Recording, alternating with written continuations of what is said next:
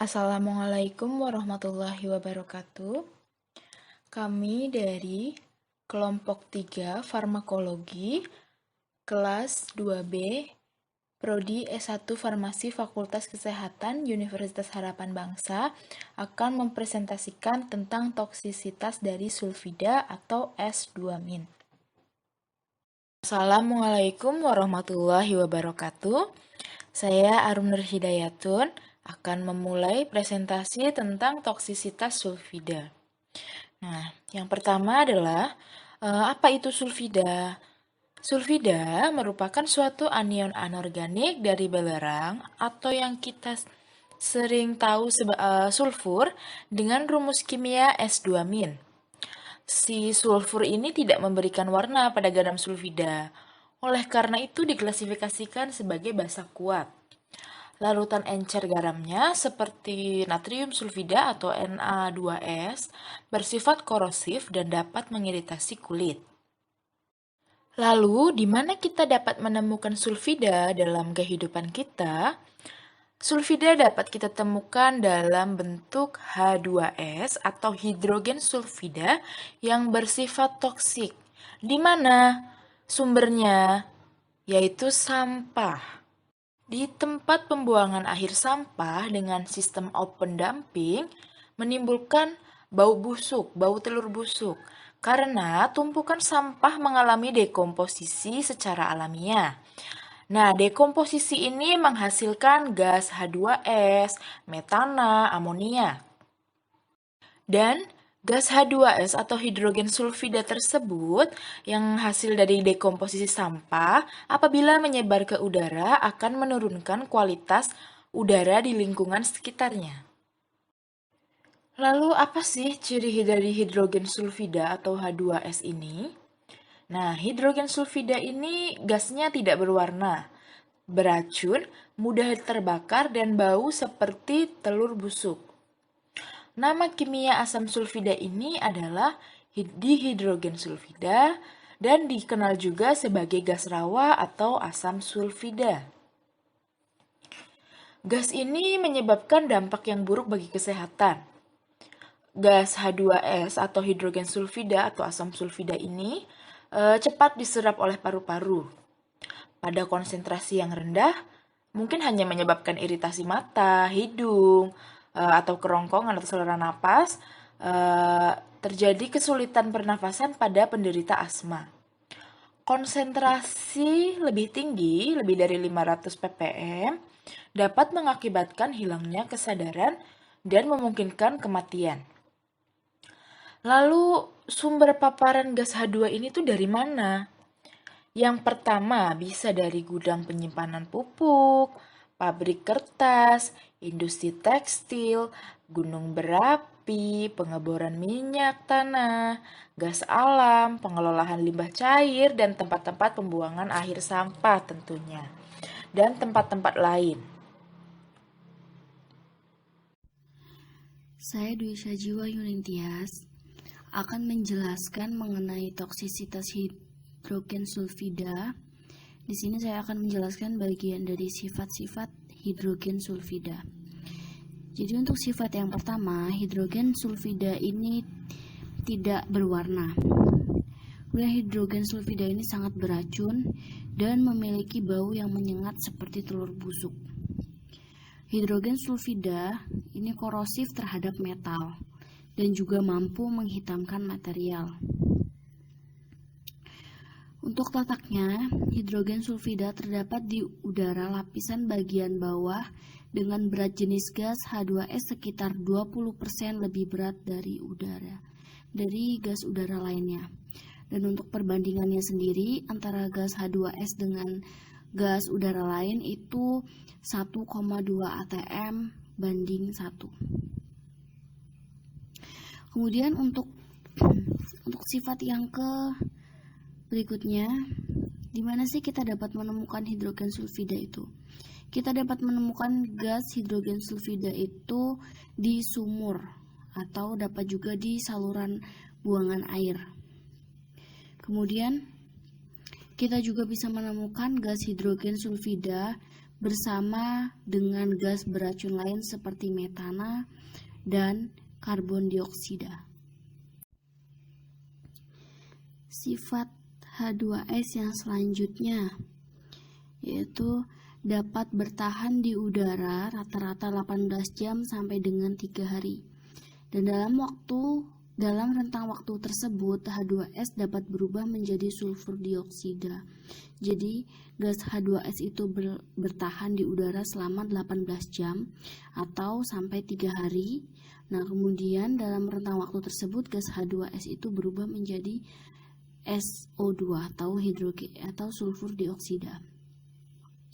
Sifat yang selanjutnya, sifat H2S dapat terbakar dan meledak pada konsentrasi lower explosive limit 4,3% sampai dengan upper explosive limit 46%. Dengan nyala api berwarna biru pada temperatur 500 derajat Fahrenheit atau setara dengan 260 derajat Celcius. Kemudian yang terakhir, sifat dari hidrogen sulfida ini dapat larut atau bercampur dengan air. Daya larutnya 437 ml per 100 ml air di dalam suhu 0 derajat Celcius. Dan dapat juga pada 186 ml per 100 ml air pada suhu 40 derajat Celcius. Saya Tika Reni Rahayu. Saya akan menjelaskan tentang simptom toksik dan diagnosis. Simptom: hidrogen sulfida H2S dapat melumpuhkan sistem pernapasan serta mematikan. Dalam jumlah sedikit pun, gas H2S sangat berbahaya untuk kesehatan. Nah, gejala-gejala toksiknya antara lain sakit kepala atau pusing, lesu, hilang nafsu makan, korosifnya menyebabkan rasa kering pada hidung, tenggorokan, dan dada, ataupun juga batuk-batuk dan kulit terasa perih. Saya Fiona Leasti akan melanjutkan tentang diagnosis. Pemaparannya lebih dari 700 ppm dan pemaparan pada konsentrasi 50 ppm per jam atau lebih yang dapat menyebabkan konvulsasi atau kematian. Pada membran mukosa ada konjungtivitis, keratitis, fotofobia, dan pada saluran nafas ada rinitis, bronkitis, pneumonia, ödem pulmoner, dan sianosis. Selanjutnya, efektosis. Yang pertama, efektosis pada mata. Efek pada mata ini disebabkan karena kontak langsung mata dengan gas hidrogen sulfida. Efeknya, jika terkena paparan hidrogen sulfida di mata, memberikan sedikit efek pada sistem tubuh lainnya. Prevalensi efek paparan hidrogen sulfida terhadap keluhan mata secara signifikan yang telah dilaporkan seperti pekerja yang terpapar hidrogen sulfida di atas 5 mg per meter kubik dibandingkan dengan pekerja yang tidak terpapar oleh hidrogen sulfida. Terpapar hidrogen sulfida pada konsentrasi 15,29 mg per meter kubik dengan durasi paparan 6-7 jam dapat menyebabkan iritasi pada mata. Paparan pada konsentrasi yang lebih besar dari 70 mg per meter kubik selama 1 jam atau lebih dapat merusak jaringan mata. Orang-orang yang terkena hidrogen sulfida ketika tinggal di sebuah komunitas di sekitar pabrik kertas, resikonya 12 kali lebih terkena iritasi mata dari orang-orang yang tidak terpapar oleh hidrogen sulfida. 2. Efek pada pernapasan. Paparan hidrogen sulfide dengan konsentrasi tinggi menyebabkan efek yang banyak pada pernapasan. Eksposur hidrogen sulfide lebih 700 meter gram per meter kubik. Kegagalan pernapasan. Gangguan pernapasan tercatat pada 2 pekerja yang terpapar hidrogen sulfida lebih dari 56 mg per meter kubik selama lebih dari 25 menit. Efek lainnya akibat paparan hidrogen sulfida dengan konsentrasi tinggi, yaitu edema paru non-kardiogenik, sakit tenggorokan, batuk, dan sesak. Sebuah studi tidak lanjut baru-baru ini memberikan bukti lebih lanjut bahwa paparan jangka panjang untuk tingkat rendah senyawa sulfur berbau busuk meningkatkan resiko infeksi saluran pernafasan akut dan gejala saluran pernapasan. 3. Efek pada neurologis.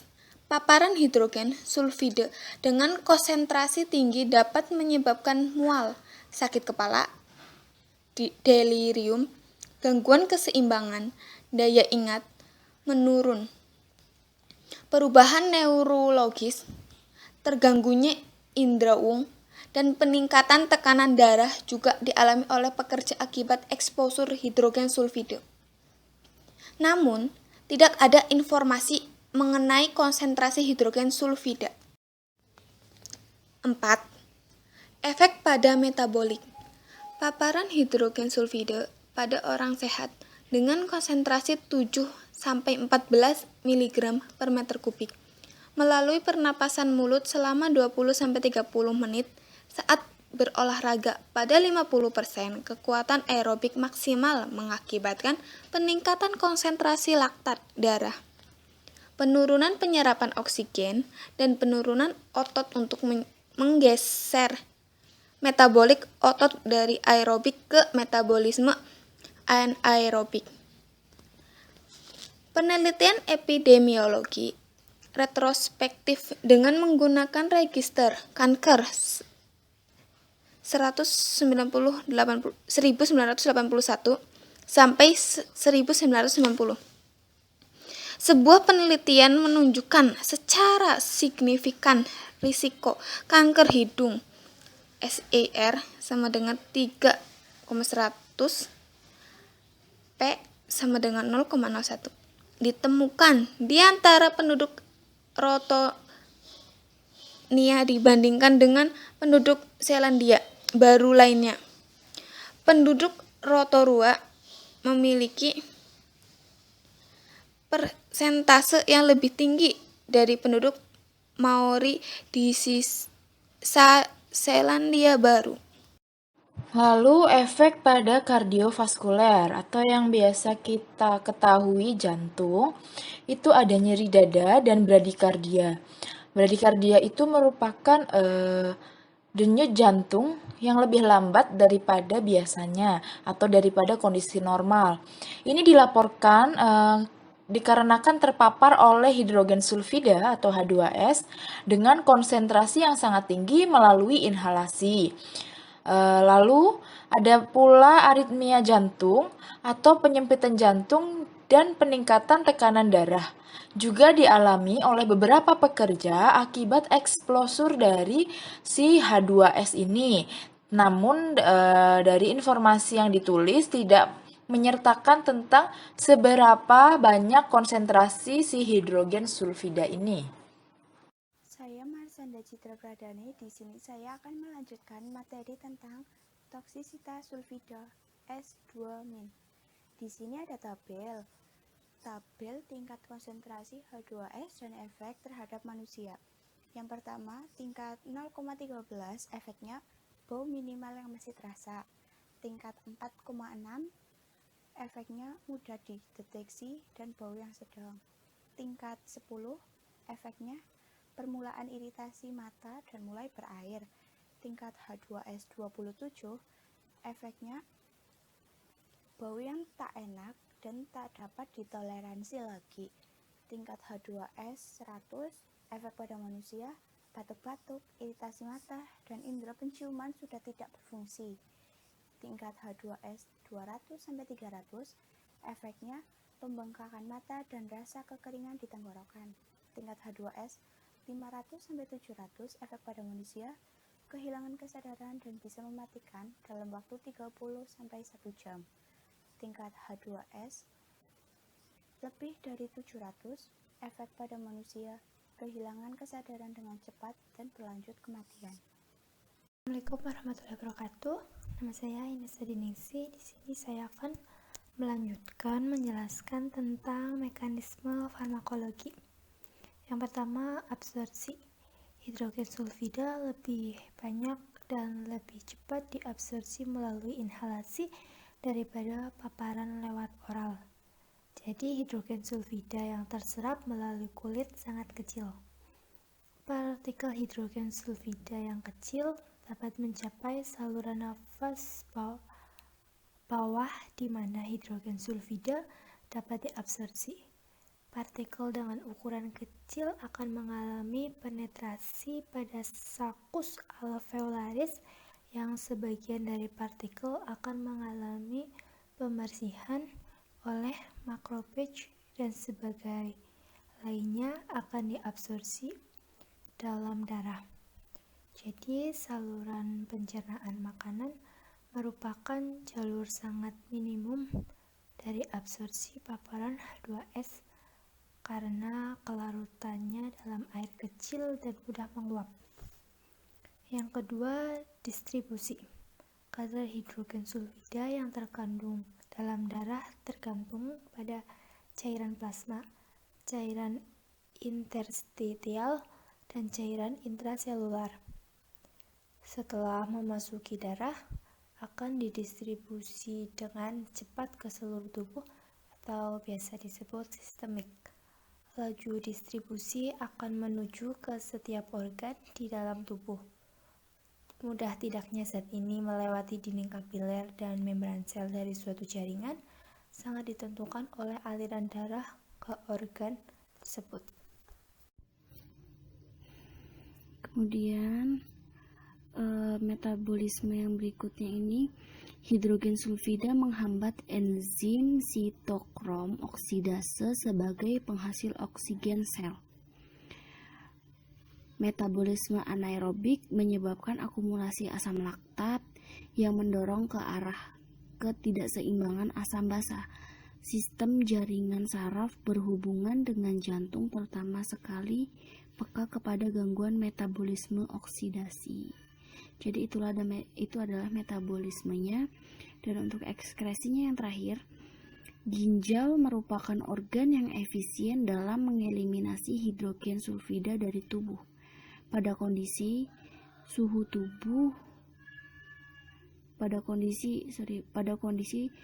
badan dapat juga diekskresi melalui paru-paru. Jadi untuk pengekskresiannya itu melalui paru-paru. Selain melalui paru-paru, juga untuk tahap ekskresi itu yang paling utama melalui ginjal. Ya, di sini saya akan melanjutkan penjelasan dari Puput Ma'rifah mengenai penanganan. Yang pertama yaitu penanganan pertama adalah memindahkan korban dari daerah terkontaminasi ke tempat dengan udara segar. Dalam kasus yang berat, perlu dilakukan intubasi untuk menjamin kelancaran airway. Kemudian pasang IV line, periksa kantung baju korban karena bila uang koin berubah warna merupakan suatu diagnosis. Di UGD, pemberian high flow oksigen 100% merupakan hal yang terpenting. Jika ada hipotensi, bisa diberikan obat vasopresor. Jika ada sesak napas, bisa diberikan bronchodilator. Koreksi asidosis berdasarkan pemeriksaan arterial blood gas dan serum laktat. Ada persamaan dengan penanganan keracunan sianida, yaitu include methemoglobinemia. Berikan 10 ml 3% sodium nitrat dalam 2-4 menit untuk orang dewasa. Kemudian, salah satu studi kasus dan penanganan kasus kematian karena H2S terbesar, yaitu kasus kematian karena keracunan H2S terjadi pada 2 Februari 1975 di kota Denver, USA. ketika ada kebocoran kecil pada experimental gas injection well pipe connection. Ada 9 orang tewas karena rumahnya berdekatan dengan pipa yang bocor tertutup oleh gas H2S. Lalu, kedua korban terbangun dari tidur karena mencium bau rotten eggs dari pipa bocor. Mereka tidak tertolong karena konsentrasi yang tinggi dari gas H2S tersebut. Baik, saya Vidya Putri Kusumandari akan melanjutkan penjelasan mengenai pemeriksaan toksikologi forensik pada toksisitas yang diakibatkan oleh sulfida. Korban meninggal akibat keracunan umumnya dapat dibagi menjadi dua golongan. Yang pertama, yang sejak semula sudah dicurigai kematian akibat keracunan, dan yang kedua, pada kasus yang sampai saat sebelum autopsi dilakukan, belum ada kecurigaan terhadap kemungkinan keracunan. Harus dipikirkan kemungkinan kematian akibat keracunan bila pada pemeriksaan setempat atau skin investigation terdapat kecurigaan akan keracunan. Bila pada otopsi ditemukan kelainan yang lazim ditemukan pada keracunan dengan zat tertentu, misalnya lebah mayat yang tidak biasa, luka bekas suntikan sepanjang vena, dan keluarnya buih dari mulut dan hidung, serta bila pada otopsi tidak ditemukan penyebab dari kematian itu sendiri. Selanjutnya, dalam menangani kasus kematian akibat keracunan, perlu dilakukan beberapa pemeriksaan penting. Yang pertama, pemeriksaan di tempat kejadian atau TKP. Pemeriksaan di tempat kejadian perkara perlu dilakukan untuk membantu penentuan penyebab kematian dan menentukan cara kematian. Pemeriksaan ini dilakukan dengan mengumpulkan keterangan sebanyak mungkin tentang perkiraan saat kematian serta mengumpulkan barang bukti. Pemeriksaan yang kedua, pemeriksaan luar. Beberapa hal yang perlu diperhatikan untuk pemeriksaan luar kasus keracunan, diantaranya yang pertama yaitu bau. Dari bau yang tercium dapat diperoleh petunjuk racun apa yang kiranya ditelan oleh korban. Segera setelah pemeriksa berada di samping mayat, ia harus menekan dada mayat untuk menentukan apakah ada suatu bau yang tidak biasa keluar dari lubang hidung dan mulut. Kemudian yang kedua, pemeriksa harus segera berada di samping mayat sesegera mungkin, dan pemeriksa juga harus menekan dada mayat untuk menentukan apakah ada suatu bau yang tidak biasa keluar dari lubang hidung dan mulut. Yang ketiga, pakaian. Pada pakaian dapat ditemukan bercak-bercak yang disebabkan oleh tercacarnya racun yang ditelan atau oleh muntahan. Biasanya, bercak berwarna coklat karena asam sulfat atau kuning karena asam nitrat. Yang selanjutnya, lebah mayat. Warna lebah mayat yang tidak biasa juga memiliki makna, karena warna lebah mayat pada dasarnya adalah manifestasi warna darah yang tampak pada kulit. Yang kelima, perubahan warna kulit. Pada hiperpigmentasi atau melanosis dan keratosis pada telapak tangan dan kaki pada kasus keracunan arsen kronik. Kulit berwarna kelabu kebiru-biruan akibat keracunan perak dan kronik. Kulit akan berwarna kuning pada keracunan tembaga, fosfor akibat hemolisis juga pada keracunan insektisida hidrokarbon, dan arsen karena terjadi gangguan fungsi hati. Yang selanjutnya, kuku. Keracunan arsen kronik dapat ditemukan kuku yang menebal dan tidak teratur. Pada keracunan talium kronik ditemukan kelainan trofik pada kuku. Dari rambut, kebotakan dapat ditemukan pada keracunan talium, arsen, air raksa, dan juga boraks. Metode pemeriksaan pada rambut adalah dengan ekstrak dan pre-treatment. Kemudian yang terakhir, sklera. Tampak ikterik pada keracunan zat hepatotoksik seperti fosfor, karbon tetraklorida, dan pendarahan pada pemakaian dikumarol atau akibat bisa ular.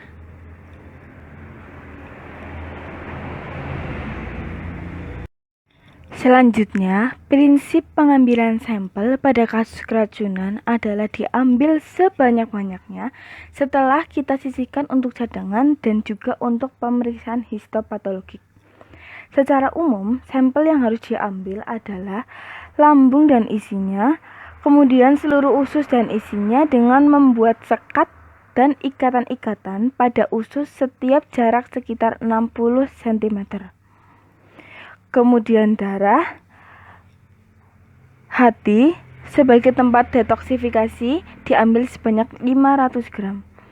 Kemudian ginjal, otak, urin, empedu. Dan pada kasus khusus dapat diambil jaringan sekitar sentikan, jaringan otot, lemak di bawah kulit dinding perut, rambut, kuku, dan cairan otak.